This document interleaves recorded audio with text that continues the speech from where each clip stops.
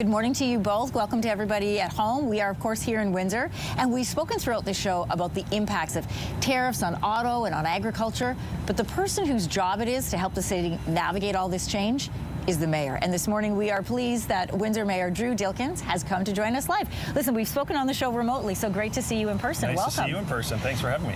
Listen, I just wanted to give a shout out to Windsor Pizza because we were suggested that we have Windsor pizza with the shredded pepperoni, and it was fantastic. Very good. You haven't been to Windsor unless you've tried the pizza. Listen, as somebody who was raised here, who was educated here, and who now governs here, talk to me about how do you put into perspective this crisis that's happening with tariffs, and how is it impacting your city?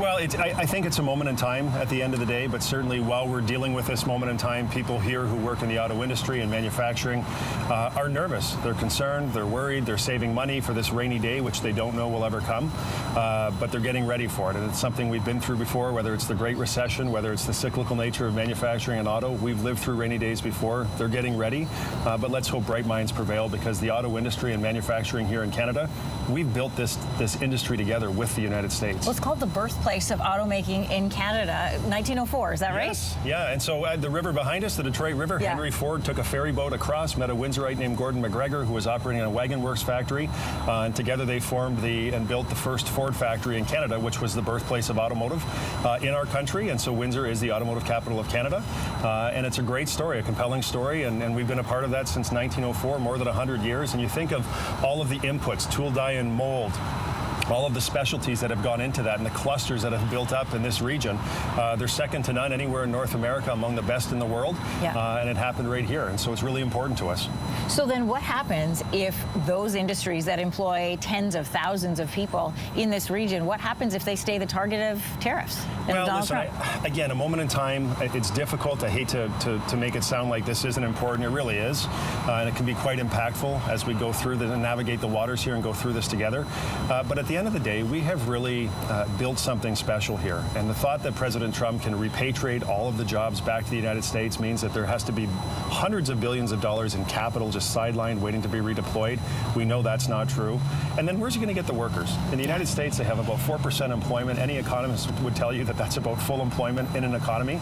And we've got we are the North American leader in tool, die, and mold here. Those folks can't move to the United States to fill the factories that he hopes to build over there. But when you hear Donald Trump say things just this week where he's talking about they've taken the manufacturing and we want to take it back here in America and we don't need Canadian cars, that has got to send tremors throughout this community. So how do you respond to people? Well, it's untrue. The United States is still a manufacturing leader, and the jobs that they have technically lost is a result of automation. It's a result of efficiency that they found in their own industry. And so a lot of what we hear coming from the United States isn't rooted in fact, but it is hurtful. I mean, I think it's hurtful for me and for all Canadians to keep hearing that he wants to make us the 51st state. What are you talking about? We're not going to be the 51st state. We're proudly Canadian. We're going to fight for that. And of course, everything that he does after that is framed by this 51st state comment. So the threat of tariffs and everything else is seen as some destabilizing impact for him to achieve that goal.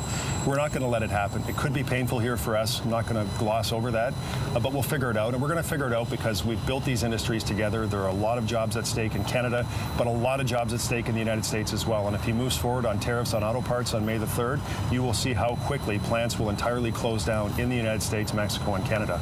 That will have an impact on the stock market, and we've seen the president respond very quickly to stock market changes, to bond market changes, and to other things that impact the economy, and I suspect he'd have to do the same this time as well. Listen, when we look ahead to Monday and this election, whoever forms government, what do you want to see from Ottawa that would protect this region here or support this region? Yeah, so all of the leaders are doing the right thing. They're saying that they're going to support Ottawa. We're appreciative of that. They put conversations and narratives in their platforms, which are really important.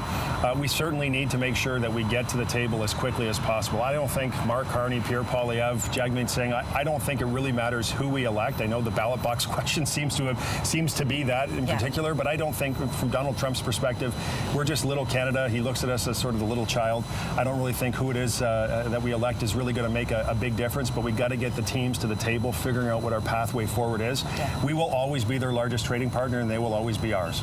And so we're going to just have to navigate these choppy waters together, figure it out, and let's get back to business. Focus on the numbers that don't change, which is the closeness between these two. Mayor Dilkens, it's great to have you here on Your Morning. Thanks so much for joining us and for your great stories. If you like that video, make sure to subscribe to the Your Morning YouTube feed, where you can find all kinds of new content posted every weekday morning.